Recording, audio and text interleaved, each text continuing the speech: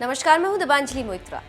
महाराष्ट्र में वरिष्ठ पत्रकार अर्नब गोस्वामी की गिरफ्तारी को लेकर सिर्फ भारत में ही नहीं, पड़ोसी देश पाकिस्तान में भी जबरदस्त हलचल। भारत में जहां उद्धव सरकार तमाम पत्रकारों समेत सियासी नेताओं के निशाने पर है, तो वहीं पाकिस्तान के पत्रकार भी पूछ रहे हैं कि आखिर अर्नब गोस्वामी की गिरफ्तारी का आदेश किसने दिया।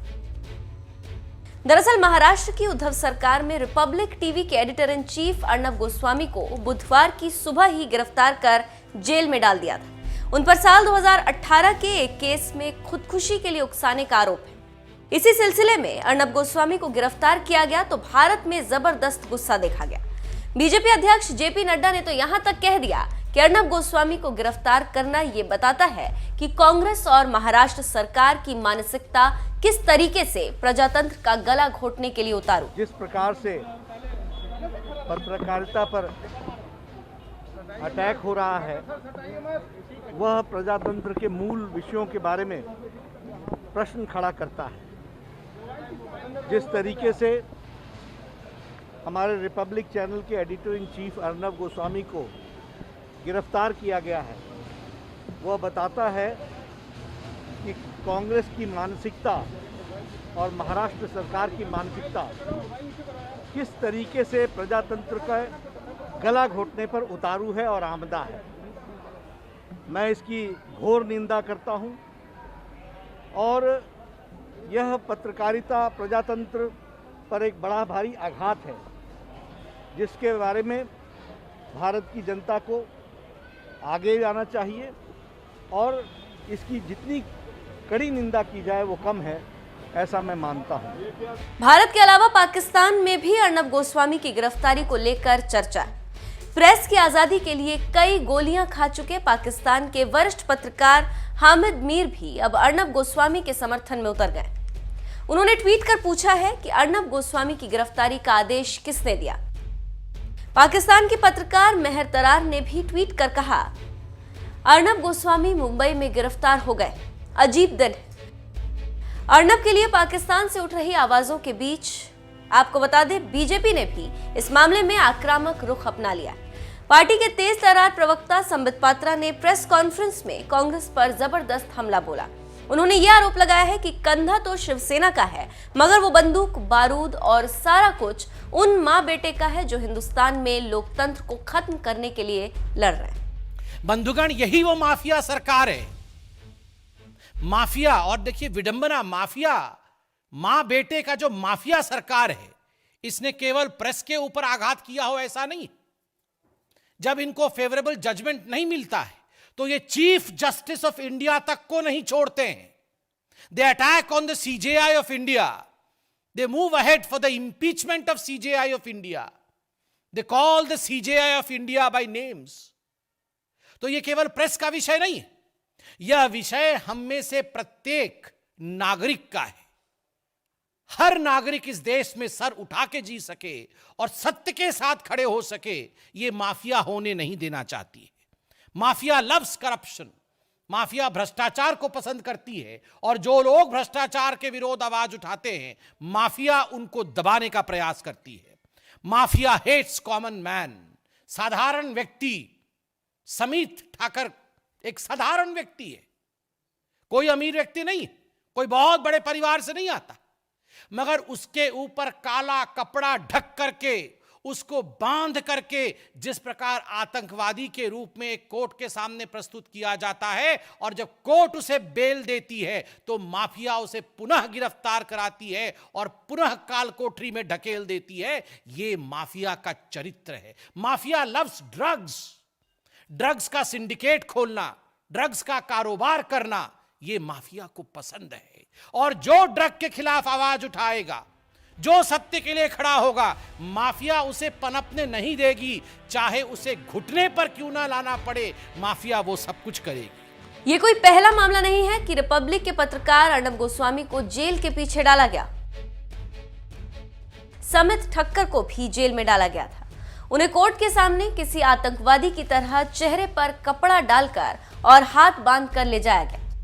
समित ठक्कर पर महाराष्ट्र के सीएम उद्धव और कैबिनेट मंत्री आदित्य ठाकरे पर आपत्तिजनक टिप्पणी करने का आरोप है।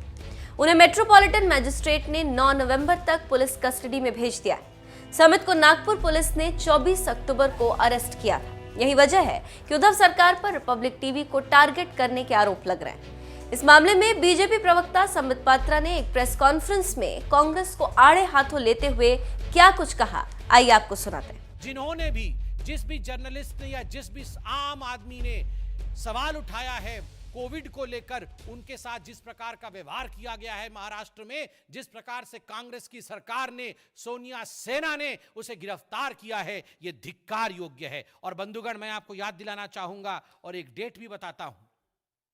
वो डेट है 2019 का है, 13 मई 2019। एक आर्टिकल लिखा गया था, क्योंकि आप कहेंगे हम केवल एक चैनल के लिए खड़े नहीं बंधुगण, यहां बैठा एक एक चैनल के साथ हम खड़े हैं।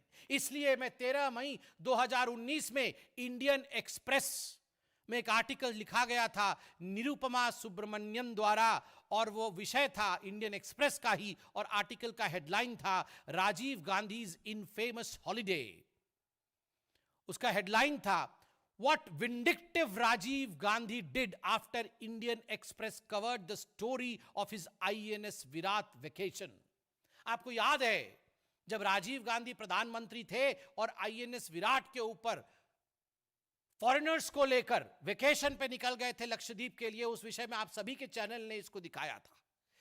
आदरणीय प्रधानमंत्री श्री नरेंद्र मोदी जी ने भी इस विषय पर बताया था। मगर उस समय जब इंडियन एक्सप्रेस ने इस विषय को छापा था, तो आप जानते हैं क्या किया गया था इंडियन एक्सप्रेस के साथ। इंडियन एक्सप्रेस के साथ वही किया गया था जो आज कुछ न्यूज चैनल के साथ किया जा रहा है। उस समय राजीव गांधी इस हद तक गए थे कि जुलाई 1988 में Rajiv Gandhi introduced a draconian bill, the defamation bill.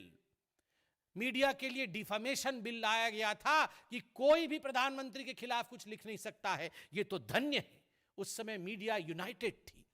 You are all united. You stood the ground. You fought against valiantly against the suppression of media, and you came out victorious.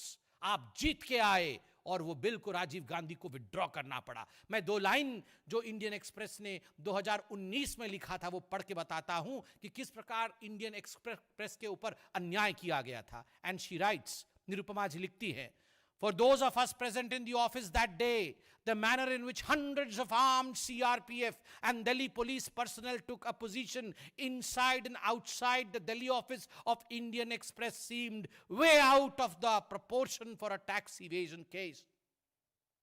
Indian Express के office को घेर लिया गया था और इस प्रकार से आक्रमण किया गया था मानो इंडियन एक्सप्रेस का ऑफिस नहीं, ये गोयनका जी का ऑफिस नहीं।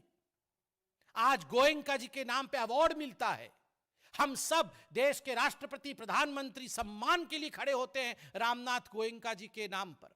वो इतना बड़ा स्थान है। इतने बड़े पत्रकार जगत के इंडियन एक्सप्रेस के साथ राजीव गांधी ने क्या किया था, यह निरुपमा जी लिखती है कि रेड करा दिया था। असीम त्रिवेदी, आपको याद होगा, एक कार्टूनिस्ट ने जब कार्टून बनाए थे अन्ना हजारे के समय, उसके साथ क्या हुआ यह बताने की आवश्यकता नहीं है। हजारों ऐसे उदाहरण हैं। Who brought the emergency into this country? आपातकाल को किसने जन्म दिया? आपातकाल के समय बिजली काट दी गई रात को। टाइम्स ऑफ इंडिया के यहां पत्रकार बैठे हैं, बहादुर शाह जफर रोड में उनका हेड ऑफिस है, अगर मुझे अच्छे से याद है तो बिजली काट दी गई थी ताकि टाइम्स ऑफ इंडिया का हेडलाइंस न छप सके। टाइम्स ऑफ इंडिया अपनी हेडलाइन न छप सके और वो उनकी प्रिंटिंग प्रेस बंद हो जाए। पंजाब केसरी, आज हमारे बीच अश्विनी चोपड़ा जी नहीं है, हमारे सांसद रह चुके। अश्विनी चोपड़ा जी ने मुझे बताया है, मेरे मित्र थे, मेरे बड़े भाई थे, उन्होंने मुझे बताया है किस प्रकार का इमरजेंसी के समय उनके साथ और उनके परिवार के साथ अत्याचार किया गया, किस प्रकार उन्होंने कॉलम्स खाली छोड़े थे, बाध्य किया गया। किंतु फिर भी अश्विनी चोपड़ा जी ने कहा हमारे लोगों ने कलम उठाए और लिखा। एक एक पत्रकार जो यहां बैठा है, चाहे वो इंडिया टुडे हो, चाहे वो टाइम्स ऑफ इंडिया हो, चाहे वो पंजाब केसरी हो, चाहे वो नवभारत टाइम्स हो, चाहे वो भास्कर हो, चाहे वो जागरण हो, सभी ने आपातकाल के समय जो सहा है उसके लिए उनकी पत्रकारिता को सैल्यूट है।